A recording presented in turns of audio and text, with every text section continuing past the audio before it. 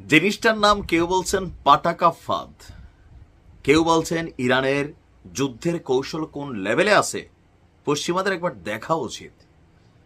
অপরদিকে সর্বোচ্চ নেতা খামেনি সাহেব বলছেন ইসরায়েলের কোনো শাসককে ছাড় দেওয়া হবে না, পশ্চিমাদের হুমকি ধামকি চোখ রাঙানিকে পাত্তা দিবে না ইরান। দর্শক, যুদ্ধে নতুন সমীকরণ, আশায় বুক বাঁধছি, ইনশাল্লাহ ভালো কিছু হবে, শেয়ার করতে পারেন। পাটাকা ফাঁদ এটা কি? ইসরায়েলের প্রধান যে সিকিউরিটি, এটা হচ্ছে কি আয়রন ডোম। এই নামটা আপনারা সকলে জানেন যে এতদিন যাবৎ ফিলিস্তিনের সাথে যুদ্ধের আগেও মানে সারা পৃথিবী মনে করতো বা ইসরায়েলিদের অন্তরে একটা শক্তি ছিল যে তাদের যে আকাশ প্রতিরক্ষা সিস্টেম এইটাকে ছেদ করে একটা চড়ুই পাখিও ঢুকতে পারবে না। কিন্তু বাস্তবতা ভিন্ন রকম।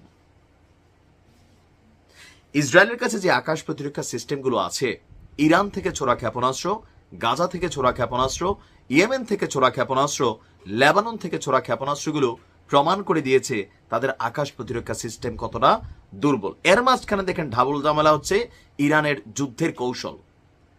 হেরে যাচ্ছে ইসরায়েল। কেন? ইরান করে কি, মানে ধরেন আমি হাতের আঙ্গুল দিয়ে বোঝাই, এই বড় আঙ্গুলটা ধরেন হচ্ছে মেইন ক্ষেপণাস্ত্রটা বা মিসাইলটা। এখন এইটার সাথে 4টা ফেক মিসাইল ছুড়ে টোটাল একসাথে আমরা দেখতেছি 5টা মিসাইল উড়ে যাচ্ছে। আগুন টাগুন জ্বলতেছে, কারণ উইরা তো যাচ্ছে, বাট মেইন মাল ম্যাটেরিয়ালসটা ওই একটার মধ্যে আছে, আর 4টা হচ্ছে দেখানোর জন্য। এখন কারে দেখানোর জন্য? আয়রন ডোম কিভাবে কাজ করে এটা অনেকে জানেন, বিভিন্ন পাল্লার আছে। আয়রন ডোম করে কি, যখন আকাশ সীমানার মধ্যে আইডেন্টিফাই করার মতন হুমকিমূলক, যেমন আগুন জ্বললা কোনো কিছু ঢুকতেছে, আয়রন ডোম এটারে প্রথমেই রিড করে যে কোনো কিছু ঢুকতেছে, আগুন জ্বলতেছে, তখন এটা থেকে অটোমেটিক আপনার ওই পেটাকে টার্গেট করা হয়, ওই মিসাইলটাকে টার্গেট করা হয়, লক করা হয়। এখান থেকে আবার আয়রন ডোম থেকে কয়েকটা মিসাইল আবার উইরা যায়, উইরা গিয়া কি করে ওইটারে ধ্বংস করে। এখন যেগুলারে ধ্বংস করতেছে সবগুলো তো ইরানের অরিজিনাল না ভাই, যেটা আসলটা এইটারে কাভার দেওয়ার জন্য ইসরায়েলের আয়রন ডোমকে গোত্তা খাওয়ানোর জন্য এই 4টা কাজ করে। আয়রন ডোমের মধ্যে যে মিসাইলগুলা মানে লোড করা থাকে, একবার নির্দিষ্ট পরিমাণ একটা আয়রন ডোম থেকে 4টা অথবা কোনোটা থেকে 6টা ছোড়া যায়। যখন 6টা মাইরা খালি হয়ে গেল, এটাকে আবার রিলোড করা লাগে না? এই রিলোডের যে সময়টা আয়রন ডোম ভেদে কোনোটাতে লাগে 15 মিনিট, কোনোটাতে 20 মিনিট, কোনোটাতে 1 ঘন্টা। কারণ যেটা স্টকে ছিল এটা বের হয়ে গেছে, আবার যেটা আবার স্টকে লোড করবে, বের হবে, এই টাইম প্রসেসিং এর মধ্যে ওই যে আমি উদাহরণ দিছি 5টা, কিন্তু ইরান একসাথে ছাড়ে কটা? 100টা, 150টা।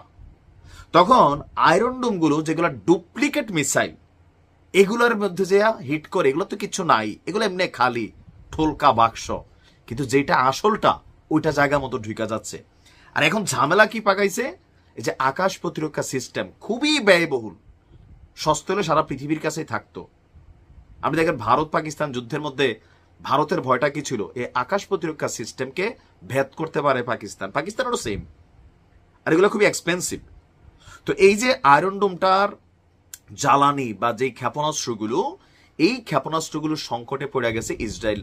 ইরানের এই রণকৌশল বা পটাকা কৌশল বা পটাকা ফাঁদ, যে যে নামে ভাবেন, এখন হচ্ছে কি যে এদের এই আকাশ প্রতিরক্ষা সিস্টেমে শর্টেজ তৈরি হয়েছে।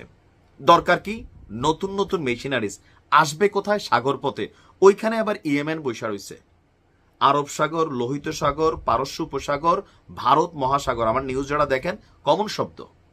অপরদিকে এগুলাকে ঠোকার জন্য আরেকটা গ্রুপ কাজ করে, সেটা হচ্ছে ইরাক থেকে একটা গ্রুপ, সিরিয়া থেকে একটা গ্রুপ, গাজা থেকে একটা গ্রুপ।